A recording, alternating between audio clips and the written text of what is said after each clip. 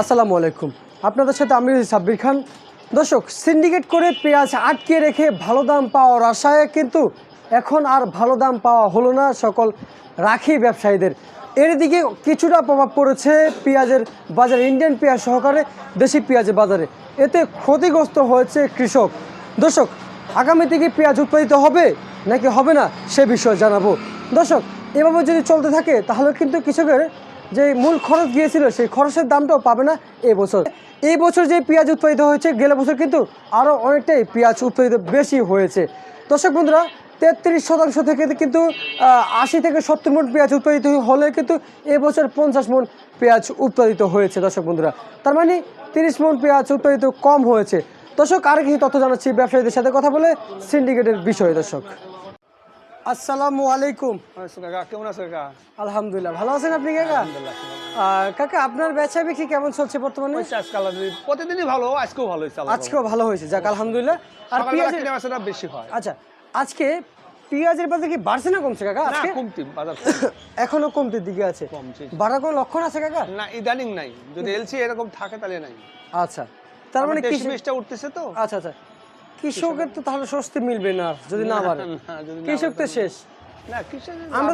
আমরা জানতে পারছি যে পেঁয়াজ 8,000 টাকা মন বিক্রি করবে, কিনছে, মানে বেচন কিনছে। ওরা মনে করছে যে বেশি দাম বেচবো, কিন্তু বেচতে পারতেছে না। ওটা তো বেচন 8,000 টাকা মন বিক্রি করে আসে নাকি যারা রাখি, ওরা কিন্তু রেখে দিয়েছে পুরাতন পেঁয়াজ। এই সিন্ডিকেটের কারণে নাকি এখন নাকি এলসির বাজারে দাম পাচ্ছে না, এবং যে নতুন মুড়ির দাম পাচ্ছে না, ওরাও দাম পাচ্ছে না, কৃষকও পাচ্ছে না, ইম্পোর্টারও পাচ্ছে না। ওরা 3200-3500। আচ্ছা, এখন মনে করো 5,000 5,500 টাকা মাল 3,000-3200 চলে আসছিল, বা 2400-2500 টাকা চলে আসছিল। আচ্ছা, তার মানে সিন্ডিকেট করা কিন্তু উচিত ছিল না। ওরা ধরা খাইছে, রাখিরা ধরা খাইছে। সিন্ডিকেট করে কিন্তু লাভবান হতে পারে নাই, উল্টো লসের দিকে গিয়েছিল।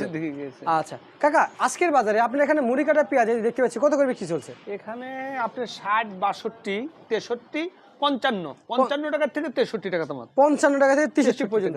মানে নিয়ম থেকে ভালো। হ্যাঁ, নিয়ম থেকে ভালো। আর যদি ইন্ডিয়ান পেঁয়াজের বাজার জানি সর্বোচ্চ নিচে 55, উপরে 70। হ্যাঁ, সবচেয়ে বেটার মাল 70 টাকা। এগুলো আমরা বেচতেছি 65, 64। আর আরো কিছু আছে 60 টাকা, আরো কিছু আছে 55 টাকা, আবার 70 টাকাও বেচছি। আবার 70 টাকা বিক্রি করতেছে।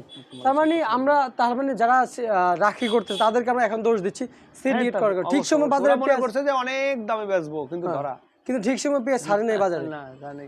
আর রসুন কত করে বিক্রি করতেছেন আপনি কাকা? রসুন বাজারটা কম, অনেক কম। এগুলো তো অনেক লস হচ্ছে। এটা বিক্রি করা লাগবে 70 টাকা, একটু বিক্রি করে নেই 70। আর এটা আপনি 90 টাকা বেচলাম, 1 টাকা কমও আছে, কমে বিক্রি করে দিচ্ছি। এটাও 90-95। এটা বাজার ছিল 205-7, বাজারটা কমতে কমতে এই দামে আইছে। আর এখন 190 টাকা। দেশি রসুনও খায় না, এটাও আপনার একই রকম, ওই 200 টাকা। এইভাবেই বাজার কম, এভাবে চলছে বাজার। আচ্ছা, এগুলো তো নতুন পেঁয়াজ না? এটা নতুন পেঁয়াজ, এটা 55 টাকা থেকে 57 টাকা। ছোট, এটা ছোট কোয়ালিটির পেঁয়াজের বাজার। তাহলে কি আর কমার সম্ভাবনা আছে কাকা? খুব এটা কমবেন না, যদি এলসি যদি ঠিক মতো না আসে তাহলে না আসে তাহলে কমবো। আচ্ছা, এখন আসার কেমন আওয়াজ পাচ্ছেন? আসবে, কম বেশি আসবে। যাক, তার মানে হতদরিদ্র লোক, অসহায় মানুষ কিন্তু খাইতে পারবে। এখন খাইতে পারবো অবশ্যই। ঠিক আছে কাকা, আপনাকে পেঁয়াজ 50 টাকা 60 টাকা এটা ব্যাপার না। আচ্ছা, বুঝতে পারছি। ঠিক আছে, আপনাকে অসংখ্য ধন্যবাদ। দর্শক, এই ছিল আমার কাছে আজকে সর্বশেষ আপডেট।